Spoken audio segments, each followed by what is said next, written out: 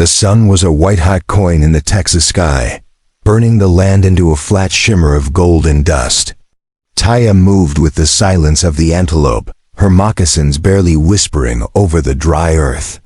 The day had started like any other, with her checking the rabbit snares before the heat became too fierce, but the vultures had changed her course. They wheeled high above the canyon rim in slow, patient circles, their black wings sharp against the blinding blue.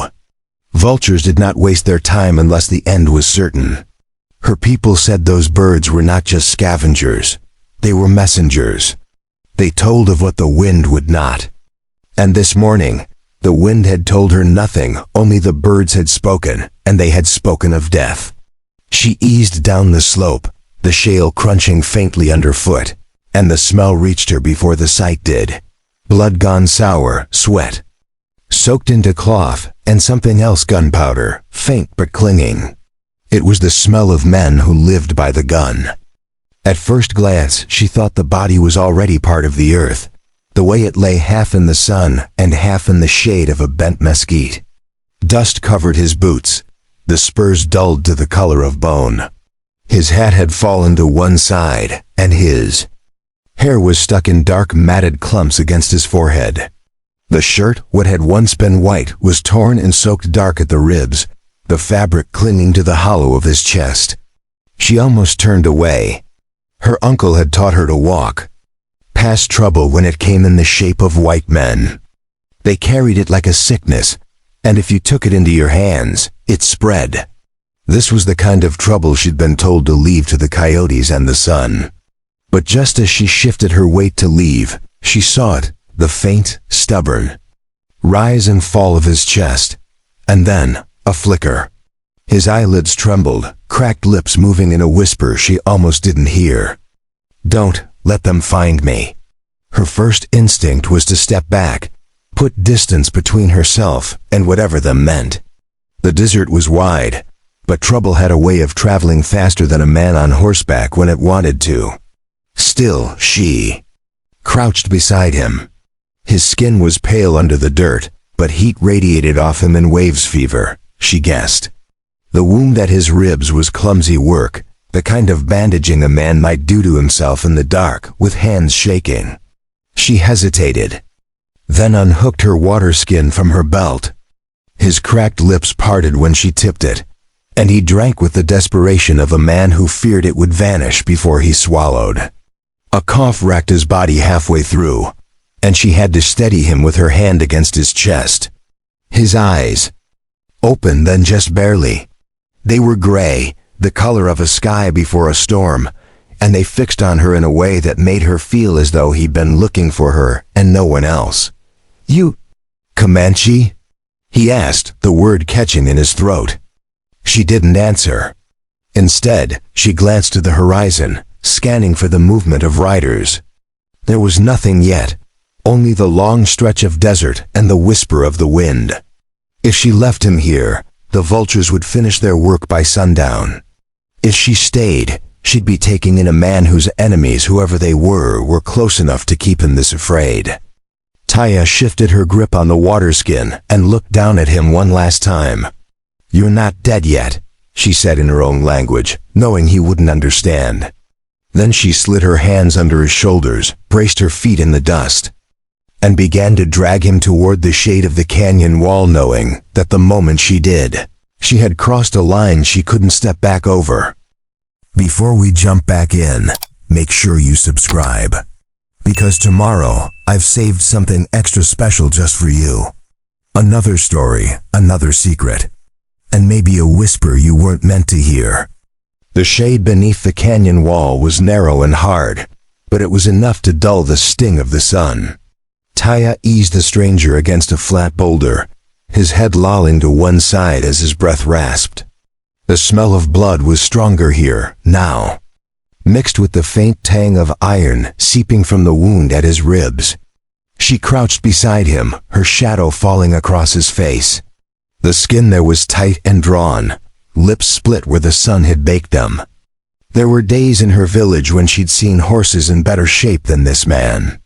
She could feel the weight of her decision pressing already, like stepping into a river she wasn't sure she could cross. She opened the small leather pouch at her belt and pulled out the herbs she'd collected earlier that morning. Yarrow for bleeding, sage for cleaning. The rest dried strips of willow bark she set aside for later. She worked with quick hands, crushing the leaves between her palms until the sharp green scent filled the air, then pressed them against the wound. The man flinched, a low groan breaking from his throat, but didn't wake.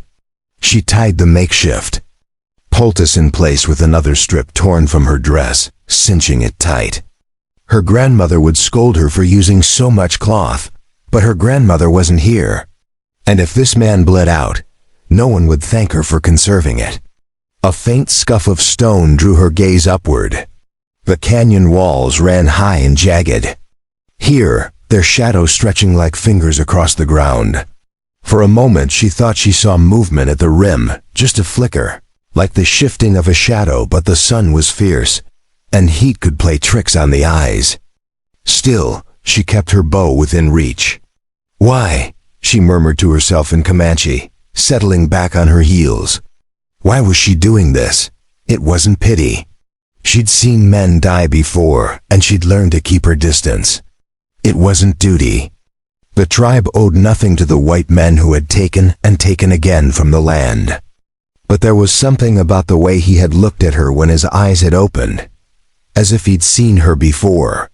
She didn't like the feeling it stirred in her, like there was a thread tied between them, invisible but pulling. A buzzard landed nearby, its head cocked, watching her with beady patience. It hopped once toward them, then back again, as if it knew she had interrupted its meal. She tossed a stone in its direction, and it flapped away with a lazy insult of wings. The man stirred then, his lips moving around words she could barely hear. She leaned closer.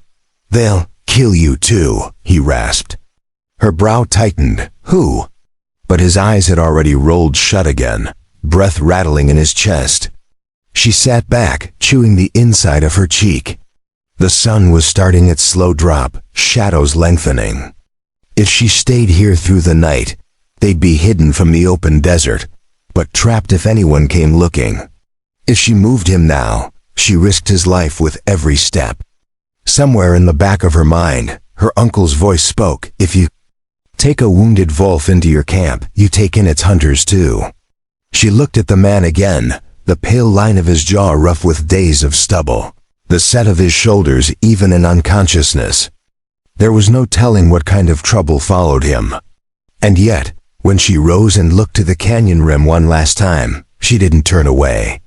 Instead, she gathered her pack, slung his arm over her shoulder, and began the slow, dragging walk toward the narrow slot of rock she used as her own shelter.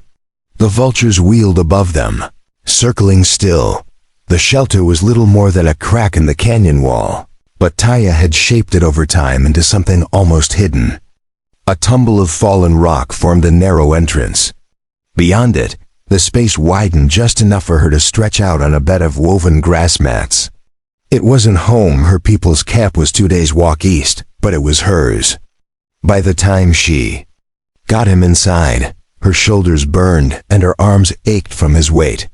She eased him down onto her bedding and stepped back to catch her breath. His boots hung half off his feet. She pulled them free and set them aside. One spur was missing, the other bent out of shape.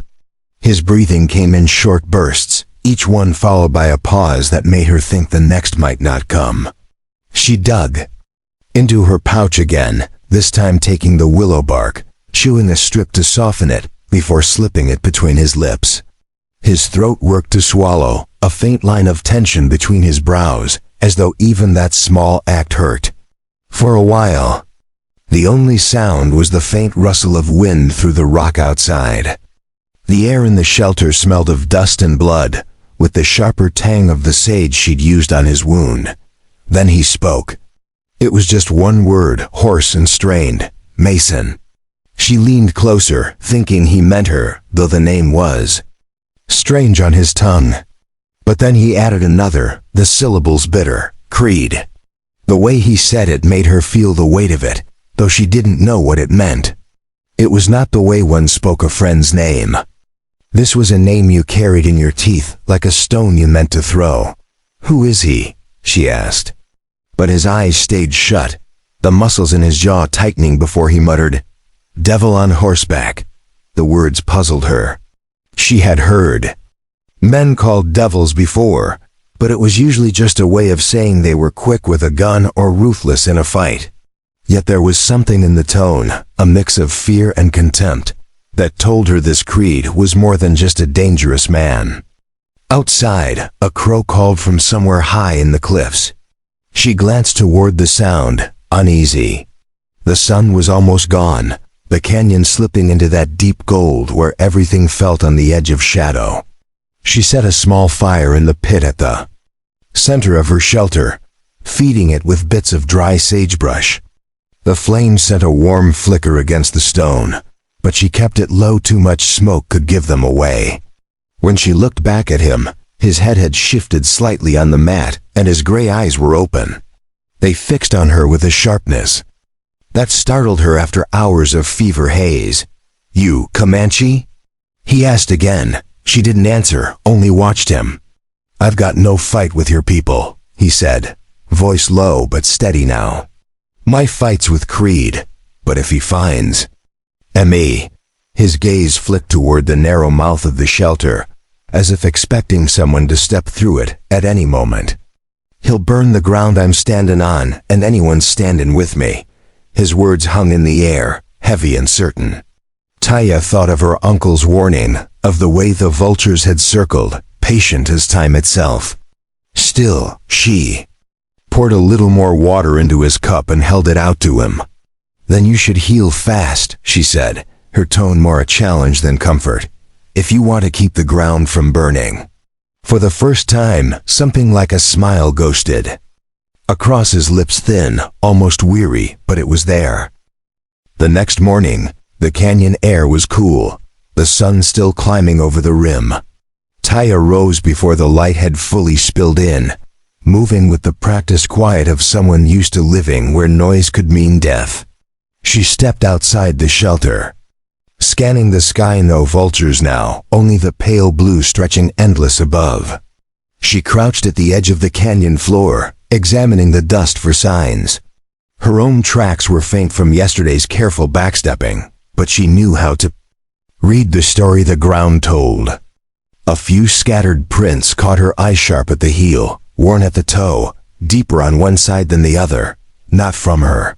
Not from him. They weren't fresh, maybe a day old, but they weren't alone. Beside them, the neat half-moon prints of shod horses trailed toward the south. She felt a chill despite the warming air. Taya climbed the slope for a better view. From the ridge, the land rolled away in swells of yellow grass and scrub, broken only by the jagged shadow of distant mesas. And there on the far horizon, dust plumed upward in a thin, steady column. 3 riders, maybe 4, moving slow, deliberate. Not travelers in a hurry, trackers. Her jaw tightened. If they were Creed's men, they'd keep their distance until they were sure of their prey. Men like that didn't rush. They closed in until you had nowhere left to run. She slipped back into the shelter. Caleb was awake, propped slightly against the rock, his skin pale but his eyes watchful. "You went out," he said, his voice rough. "I saw riders." That seemed to push the fog from his mind. "How many?" 3, maybe more. She paused. "They ride as if they know where they're going." He cursed it under his breath, tried to sit up straighter, then winced as the movement tugged at his wound. "Creed's boys," he muttered. "They're not gonna stop till they find me." Taya studied him for a moment. "Why? You said you left his gang. That should be enough for him to let you go." He gave a humorless laugh. "You don't walk away from Mason Creed. Not unless you're dead, or you've got something he's afraid of you telling." Her gaze narrowed. "And you have something?" "I've got the truth," he said, "and the law will pay good to hear it."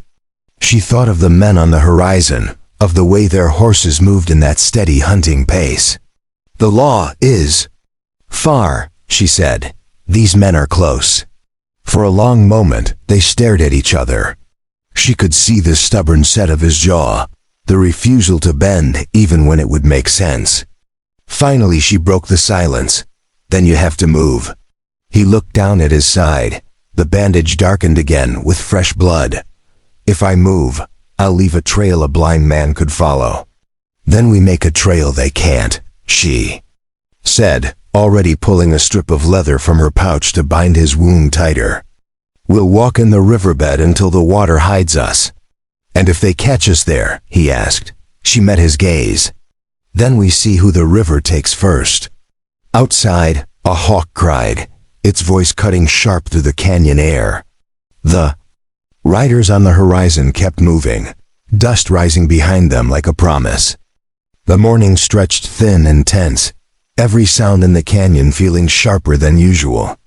Taya worked quickly, winding the strip of leather on Caleb's ribs until he grunted and tightened his jaw.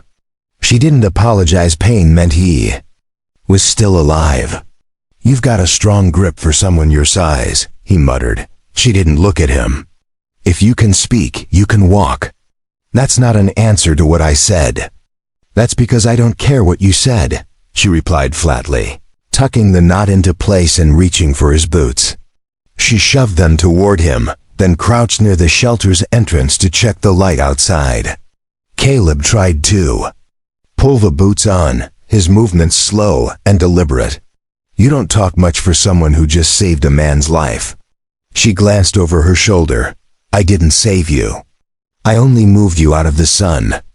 He studied her for a moment, then gave a half smile that didn't reach his eyes. "Fair enough. Still, I'd like to know why you bothered." Taya didn't answer. Instead, she busied herself packing the few things she had: the herb pouch, the water skin, the bow and quiver. Every movement was careful, silent. It wasn't in her nature to spill her reasons to someone she didn't trust, especially not a man who carried his trouble so close to the surface. When she finally turned back, she asked, "How far until we reach the law?" "If I could ride, a day and a half to Fort Stockton," he said. "On foot, with me in this shape? 3, maybe 4 days." "Too long," she said. "You got a better idea?" "Not yet." He gave a low chuckle. "Guess that means we trust each other for now." She met his gaze squarely. "I don't trust you." The smile faded. "Then why aren't you leaving me behind?" Taya hesitated just long enough for him to notice, then said, "Because I've seen the kind of men who circle the dying. And I've seen the kind of men who keep walking. I'm not either of them." Caleb's eyes softened just a fraction, though his voice stayed rough. "Then I'm glad you ain't." Outside, the hawk cried again, closer this time. The sound made both of them turn their heads toward the canyon mouth. In the distance, a faint thread of dust was visible against the brightening sky. The riders were nearer, now too near to linger. Taya slung her bow over her shoulder. "We go to the river," she said. Caleb pushed himself up, swaying once before catching his balance against the wall. "Lead the way." They stepped out into the sun together, two figures bound by nothing but necessity, the canyon swallowing their shadows as they moved toward the winding cut of the riverbed. The riverbed was a dry scar through the earth, pale sand crunching underfoot. Once, the water here had run wide and strong, carving deep bends into the canyon walls. Now in midsummer, it was nothing but scattered pools and the smell of baked stone. Taya led the way along the narrowest stretch, keeping close to the walls where shadows clung longer. Caleb followed, each step deliberate, his breathing low but labored. They walked until the sun bled out behind the cliffs, and the sky turned a bruised purple. Taya chose a small hollow beneath an overhang, half hidden by boulders. Here the wind whispered instead of howled. She dropped her pack and knelt to check the ground for tracks, fresh coyote prints, but no horses. That gave her a sliver of comfort. "Rest here," she said. Caleb eased himself down against the wall, stretching his bad leg out with a grimace. "You always this generous with strangers?" She pulled an arrow from her quiver and laid it across her knees. "Only when the strangers are too hurt to be trouble." He smirked faintly, but didn't argue. Night fell like a heavy blanket. The stars came sharp and cold overhead, and the canyon walls turned black against the sky. Somewhere far off, a whip poor Will called, its notes falling into the silence like pebbles in a well. Caleb shifted restlessly, muttering something under his breath. Then faint, almost swallowed by the wind, came the sound of hooves. Taya froze. She glanced at Caleb. He'd heard it too. Without a word, she pressed a finger to her lips and moved to the edge of their hiding place. The moon was rising, spilling pale light across the dry river. Down the bend, silhouettes emerged, 4 riders, their shapes swaying with the gait of tired horses. She crouched lower. The men didn't speak, but the sound of leather creaking, of spurs clinking, carried in the still air. One rider turned his head, scanning the riverbed. Even from here, Taya could see the glint of something metallic on his chest, a badge, not the kind worn by honest law. Creed's men liked to pin their own emblem there, to mark themselves as his. Caleb shifted slightly, and the faint rasp of his boot against stone made her heart spike. One of the riders slowed, reining in his horse. The animal tossed its head, snorting. Taya's hand closed around her bow. Her mind ticked through. Choices: draw them off, stay hidden, run, but the riders moved on, the sound of hooves fading into the distance. She didn't breathe until they were gone. When she turned back, Caleb's jaw was clenched tight. That was him. "Creed," he whispered. "You know his face?" she asked. "Too well," he said, voice like grit. "And if he's here, it means he's not just hunting me. He's hunting anyone who helps me." Taya felt the truth of it settle heavy in her chest. From now on, this wasn't about chance or kindness, it was about survival. Morning came thin and pale, the kind of light that felt unsure whether it belonged to day or night. The canyon air was cold enough to bite, and Caleb's breath smoked in the shadows. Taya was already up, crouched by one of the shallow pools in the riverbed. Her dark hair hung loose over her shoulders as she scanned the water. "Don't tell me you're fishing," Caleb said, easing himself upright. "Not for fish," she replied without looking up. She reached into the pool, her hand moving slow as a snake through the water, then came up holding something round, dark and heavy, a flint nodule, its edges sharp where the river had broken it. She turned it in her hands, testing the weight. "This is good stone," she said. "For points, for blades." Caleb's eyes narrowed. "You're planning for a fight." "I'm planning to live," she answered simply. Then she reached into her pouch and pulled out a strip of rawhide. Sitting cross-legged in the sand, she began lashing the stone to a short, sturdy branch she'd found the night before. The knotwork was quick and tight. Caleb watched, feeling that old, familiar itch in his chest, the one that came before. Gunfight, only this time he didn't have a gun. Creed's men had taken it along with his horse. He felt naked without it, like part of his skin had been stripped away. When Taya finished, she handed him the weapon. Not much, but better than empty hands. He turned it over, the flint head glinting in the new sunlight. "You ever think of hiring out as a blacksmith?" he asked with a faint smile. She didn't answer, already moving down the riverbed, scanning the sand for more. They found 2 more nodules before the day warmed enough for her to make herself a knife, and to sharpen one of Caleb's spurs into something wicked. By midday, they rested in the narrowest part of the canyon, eating strips of dried venison from her pouch. Caleb chewed slowly, eyes distant. "You said Creed's hunting anyone who helps you," Taya said. "Why? What did you do?" He didn't answer right away. His gaze traced the riverbed ahead, where the wind swept sand into thin curls. "I took something from him," he said at last. "Not gold, not land. Something he can't buy back." Her curiosity flickered, but she didn't press. She'd learned that some truths had to be earned, not demanded.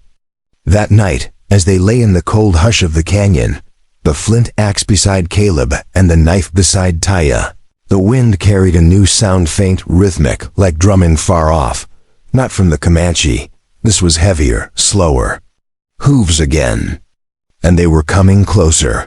The hoofbeats grew louder, filling the canyon like a slow drum roll for something grim. Taya and Caleb exchanged a glance, no words needed. They moved quickly, scooping up their meager supplies.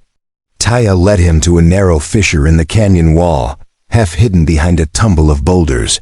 "In," she whispered. Caleb slipped inside, first pressing himself into the cool shadow. The gap was tight, barely enough for both of them to fit. From there, they could see a stretch of the dry riverbed through a slit between the rocks. The riders appeared soon after, 4 of them, their horses picking their way over the sand. Even from here, Caleb recognized the way they sat their saddles, loose but ready, Creed's men. One rider dismounted, crouching low to examine the ground. He stayed there a long time, running his fingers through the sand. Then he looked up at the others and gave a short nod. "They're tracking us," Caleb murmured. Taya's lips pressed into a thin line. "No, they're tracking you." The man on the ground reached into his coat and pulled something from his pocket. Caleb squinted. A knife. His knife, the one they'd taken from him when they left him. For dead, the man knelt and began carving something into the sand. His strokes were deliberate, slow. When he stepped back, the words were clear, even from their hiding place. "Run faster." Caleb's jaw clenched. It wasn't a warning. It was a taunt. The rider tossed the knife into the middle of the words and mounted up. Without another word, the 4 of them turned their horses and rode back the way they'd come, the sound of their departure echoing off the canyon walls. Taya waited until the hoofbeats faded before stepping out from the fissure. She walked to the message, picked up the knife, and handed it to Caleb. "You're keeping it," she said. Caleb turned the blade in his hand, feeling its weight, the familiar balance. "He's telling me we're prey." Taya glanced at the fading hoofprints. "Then we stop running like prey." That night, they didn't sleep. They planned.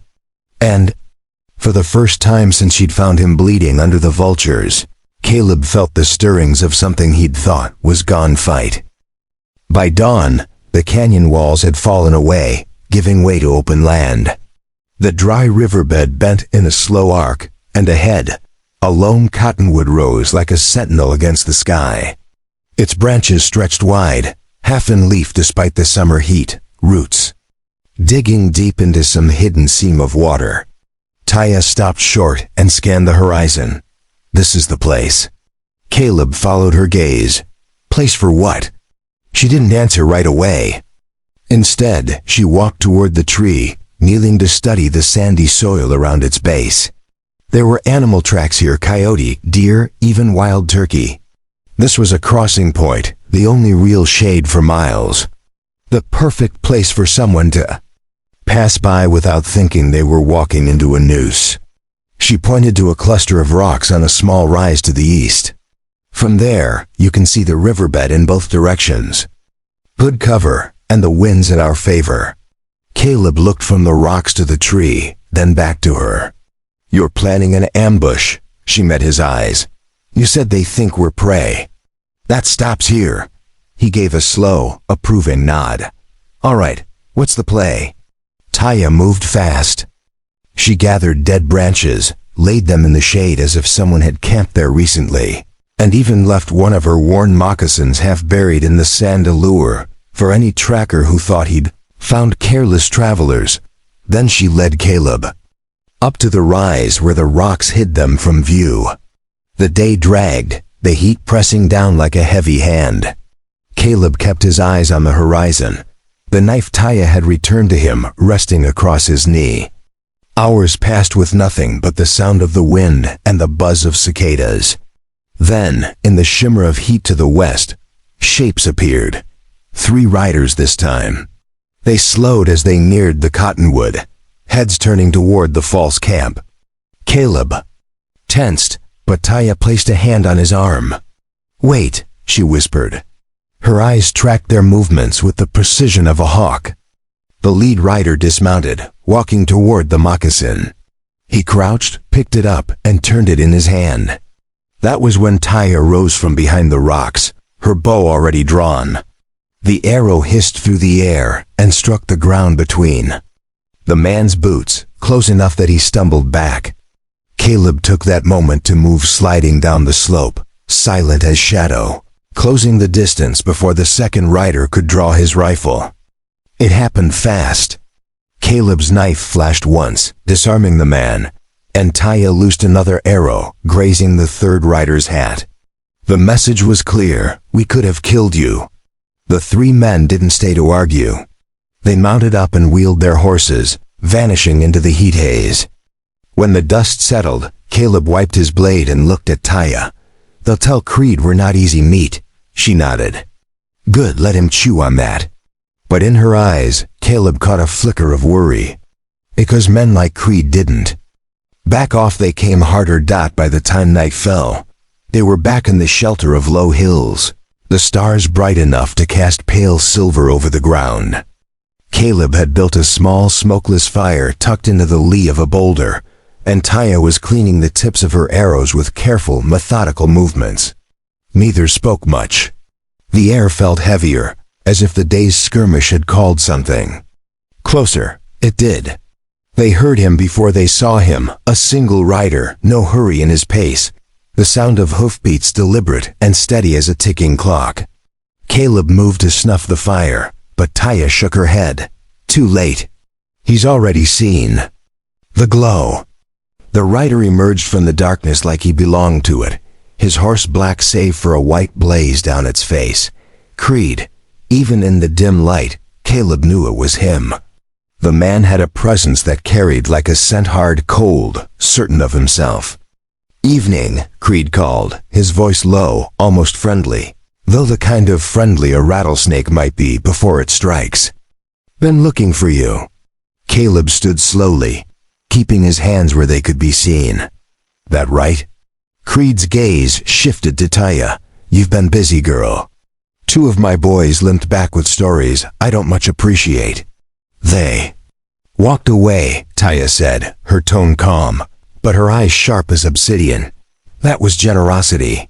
Creed chuckled, dismounting with an easy grace. He stepped closer, the firelight catching the thin scar that cut through his beard, and disappeared into the collar of his coat. "Generosity's expensive out here. And I don't take charity from people I plan to bury." Caleb's jaw tightened. "You came alone?" Creed's grin deepened. "Who says I did?" From the darkness beyond, Caleb caught the faint shift of movement, shapes slipping between rocks, men spreading out. 4, maybe 5. His fingers twitched toward the knife at his belt, but Creed saw it and shook his head slowly. "Not tonight. I just wanted you to know you're breathing borrowed air. Keep heading west. I'll collect payment soon enough." He turned his eyes back to Taya. "And you're a pretty dangerous thing for someone so small." She didn't flinch. "You talk too much for someone so sure of himself." For the first time, Creed's smile faltered, just a fraction. Then he stepped back, swung into the saddle, and without another word, rode into the dark. His men melted after him, silent as smoke. When the night swallowed them completely, Caleb exhaled. "He's playing with us." Taya nodded, eyes still on the place Creed had disappeared. "Not for long. Men like him only toy with prey to make the kill sweeter." The fire popped between them, sending sparks into the night, but neither of them felt its warmth. The long shadow Creed left behind was colder than the wind. Dawn came gray and wind-bitten, the kind of light that made the land feel older than memory. They'd been riding since the first hint of morning, pushing west toward the mountain line that split the horizon.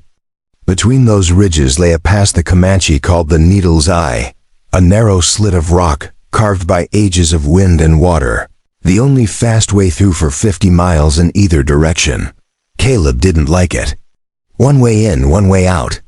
He muttered, scanning the ridgelines. If Creed's ahead of us. Taya rode alongside him, her gaze on the stone walls rising like jagged teeth. We can't circle around, too much open ground, no cover. If he waits for us out there, we're already dead. The pass swallowed them slowly, the walls closing in until the sky was just a thin ribbon overhead. The air was cooler here, shadows. Deep enough to hide a man. Caleb's hand hovered near his revolver, the weight of it a small comfort. Halfway through, they found it the sign Creed had left for them. A horse skull, bleached and cracked, hung from a stake driven into the rock. Beside it, a strip of red cloth fluttered in the wind. Taya reined in, staring at it. It means blood is coming, she said quietly. Caleb scanned the rock faces above. Nothing moved, no glint of rifle barrels, no silhouettes against the light. But he could feel eyes on them. Keep riding, he said, voice low. They did. Step by step, hooves crunching on loose stone, the sound echoing off the canyon walls. Every bend felt like it might be the one where bullets rained down. Then it happened. The crack of a rifle shattered the air. Rock splintered near Caleb's head, dust stinging his eyes. He kicked his horse forward, Taya close behind, both of them urging their mounts into a desperate gallop. The canyon walls blurred, and the air filled with the echo of gunfire. A shadow moved high above one of Creed's men, repositioning. Caleb drew, fired upward, saw the figure jerk back behind cover. Another shot rang out, this one closer, the bullet hissing. Past Taya's leg. The canyon spat them out into open country, the sudden sunlight blinding. They didn't slow until they were a mile clear, breath and hooves pounding like war drums. Caleb looked back. No one followed. Creed hadn't wanted to finish it yet, just remind them he could. Taya spat dust from her mouth. He's not chasing. He's hurting, Caleb nodded grimly. Towards something worse. By late afternoon, the heat shimmered over the plains, making the land seem to breathe. Caleb spotted it first, a faint, twisting thread in the distance. Smoke. Too thin for a wildfire, too steady for a campfire. Taya slowed her horse, watching. That's no cooking fire, she said. They kept riding, careful to stay in the folds of the land where they wouldn't silhouette against the sky. As they drew closer, the smell reached them, burned cedar and something else. Something acrid that made Caleb's throat tighten. They crested a low rise and saw it. An old trading post, little more than a squat stone building and a few shacks, burned nearly to the ground. The fire was out, but the blackened beams still sent lazy plumes into the air. No movement, no voices. Taya dismounted first, leading her horse in slow, deliberate steps. Caleb followed, his revolver loose in his hand. The silence was heavy, broken only by the crackle of cooling wood. Inside the ruins, the smell of death hit hard. Two bodies lay near the doorway, traders by their clothes, faces blackened by smoke. One clutched a rifle that hadn't been fired. This was no raid, Caleb said, crouching to study the ground. The tracks told the story horses all around, circling, herding. But there was more boot prints too small for Creed's usual crew. Taya's gaze swept the scene, sharp and calculating. They left them alive until the fire started. Wanted them to burn. Caleb rose, scanning the horizon. Creed's telling us what happens if we keep going. She shook her head. No, he's telling us we're next. Something moved at the far edge of the ruins. A scrap of cloth caught on a nail. Caleb stepped closer, pulling it free. It was a strip of red, just like the one in the pass, but this time something was painted on it in black ash. A crude eye. Staring. Taya's voice was quiet, almost a growl. He's watching every step we take. The sun was sliding lower now, the light turning gold. Caleb tucked the cloth into his pocket. Then it's time we made him see something he doesn't expect, For the first time, Taya smiled a thin, dangerous thing. Good, because I know a place where the hunter becomes the hunted. They rode hard until the sun kissed the horizon, painting the land in blood-orange light. Taya led, guiding them toward a stretch of country Caleb had never seen, low hills covered in twisted mesquite, their roots gripping earth that dipped into a narrow, winding hollow. From above, it looked like a snake's path, hidden, unpredictable. "This place," she said, reining in at the edge. "My people called it the Hollow of Shadows. It's swallow sound, and if you know the bends, you can make a man think you're in front of him when you're behind." Caleb studied the ridges. "And if Creed knows the bends? He doesn't." Her tone was certain, "But he'll think he does." They tethered the horses in a pocket of brush and set to work. Taya moved like water, her hands quick and sure, scattering loose stones on narrow trails, laying branches over shallow pits, and marking her own path with signs Caleb would never have noticed if she hadn't shown him. By the time night fell, the hollow was theirs. They waited in silence, listening to the land breathe. A coyote called far off, and the wind shifted, carrying the faint, unmistakable sound of hooves. Caleb's jaw tightened. "He's coming." The first shadow appeared at the ridge, a rider, dark against the starlit sky. Then another, and another. No torches, no talking. Creed's men moved like a tide of black water, slipping into the hollow. Taya tapped Caleb's arm, signaling him to stay low. The riders passed within yards, unaware. Caleb could hear the leather creak of their saddles, smell the sweat of their horses. A stone rolled under one man's boot. He cursed, the sound bouncing off the walls of the hollow. Ahead of them, the first trap snapped. A horse stumbled into a hidden pit, sending the rider sprawling. Shouts broke the silence. From the shadows, Taya loosed an arrow. It struck true, and one man fell without a sound. Caleb drew his Colt and fired into the confusion, each shot echoing like thunder in the tight space. Creed's men wheeled, but the hollow twisted the sound, so they fired at ghosts. Then Caleb saw him, Creed, at the far end of the hollow, sitting tall in the saddle, watching the chaos with a calm smile. Even from that distance, Caleb could see the glint of his eyes. There, gazes locked. Creed tipped his hat.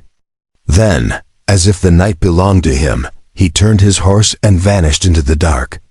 The fight ebbed, leaving only the groans of the wounded and the scuff of boots retreating. Caleb exhaled, but his gut stayed tight. Taya retrieved her arrow. Wiping the blood on the dirt, "He wanted you to see him." Caleb nodded. "And now I know he's leading us somewhere." Tonight was just an invitation. Dawn found them riding north, chasing the trail Creed had left, like a man daring them to follow. The land grew harsher with each mile, less grass, more stone, and the air carried the scent of something old and dry. Taya's eyes narrowed as she studied the ground. "This is no place for living things," she said. Caleb saw what she meant soon enough. The land opened into a shallow basin where the earth had been stripped bare by wind and time. Bleached bones lay scattered like driftwood after a flood, skulls of buffalo, longhorns, even horses. Among them, smaller bones told darker stories. "They call it the River of Bones," Taya said quietly. "My people say the land here remembers every death. Sometimes it calls for more." Caleb shifted in his saddle, his gaze scanning the horizon. Creed's heading straight for it. The basin stretched for miles, with narrow gullies slicing through like dry riverbeds. Their walls rose steep, the kind of ground that could trap a rider if he wasn't careful. Caleb knew it. This was a killing place. They followed the faint trail of hoofprints through the gully's twists, the sun baking the air until it shimmered. Vultures circled far ahead, but these weren't drawn to death. They were scouts, drifting on the heat, waiting for it. Halfway through, Taya reined in suddenly. Her hand went to her bow. Caleb followed her gaze and saw shapes on the ridge's riders, not moving, just watching. Creed's men? Caleb asked. Not all, she said. Some wear the paint of a band I do not know. This is worse than I thought. A whistle cut through the still air. From ahead, dust rose. Creed rode into view, alone this time, his horse picking its way among the bones. He looked like a man entirely at home here, as if the land itself bent to make way for him. You made it, Creed called, his voice carrying in the strange acoustics of the basin. I was starting to think you'd gotten lost. Caleb kept his colt low but ready. What's this, Creed? A graveyard or a stage? Creed's smile was thin. Both, depends how you play it. He turned his horse slightly, enough to show the long rifle slung over his back, and the fact that his men now lined the ridge on both sides. Taya's grip on the reins tightened, but she didn't flinch. Creed's gaze slid to her. Funny thing, Cowboy. You travel long enough with someone, you start to wonder. When the shooting starts, will they stand with you or against you? The silence after his words was heavy. Somewhere far off, a vulture cried. Then Creed's hand twitched toward his rifle. For a heartbeat, nothing moved. The heat shimmered between them, blurring Creed's face like a figure seen through water. Caleb's hand hovered near his colt, thumb loose, heart pounding not from fear, but from the cold certainty that this was it. Taya's eyes didn't leave Creed. She could read his body like the wind. He wasn't here for a parley. He was here to finish something that had been festering long before she'd found Caleb in the dust. Don't, Caleb said, the word quiet but sharp enough to cut the air. Creed's smile didn't falter, but his eyes flicked to the ridges. The men there leaned forward, rifles ready. Taya slid from her saddle, moving to stand on the ground between the brothers. She looked impossibly small against the stone and the bones around them, but her voice was steady. You think this land belongs to you, she said to Creed. You think everything is yours to take land, cattle, lives. But the land takes back, always. Creed's jaw flexed. I didn't ride out here for a Comanche girl's sermon. Then you rode here to die, she said, and loosed her first arrow. It struck one of the riflemen on the ridge before Creed could move. The man fell backward in a spray of dust. Caleb's colt cleared leather in the same instant, the report echoing off the gully walls as Creed's hat flew from his head. The basin erupted. Gunfire cracked from both sides. Bullets whined against stone, and dust exploded in the air. Caleb spurred forward, closing the gap between himself and Creed. Creed swung his rifle up, but Caleb shot tore it from his hands. The two horses collided, and both men hit the ground hard.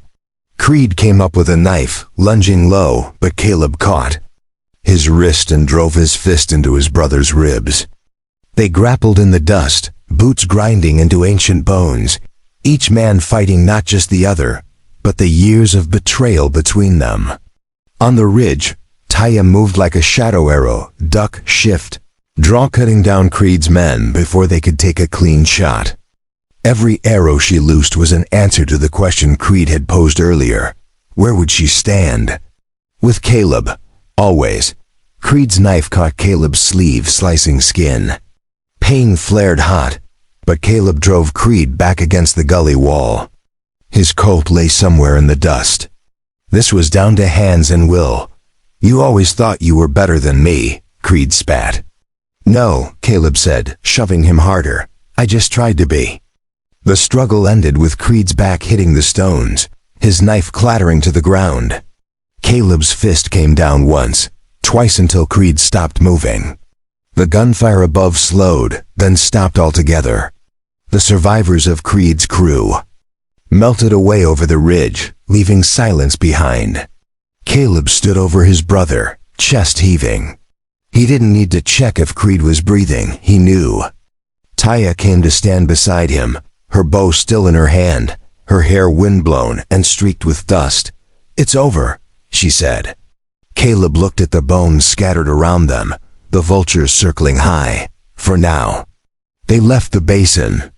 Without looking back, riding toward a horizon where the land stretched wide and endless. The sun was climbing, warm on their backs. Caleb didn't know where the trail would take them next, but he knew who he'd be riding with. And in a land that took more than it gave, that was enough.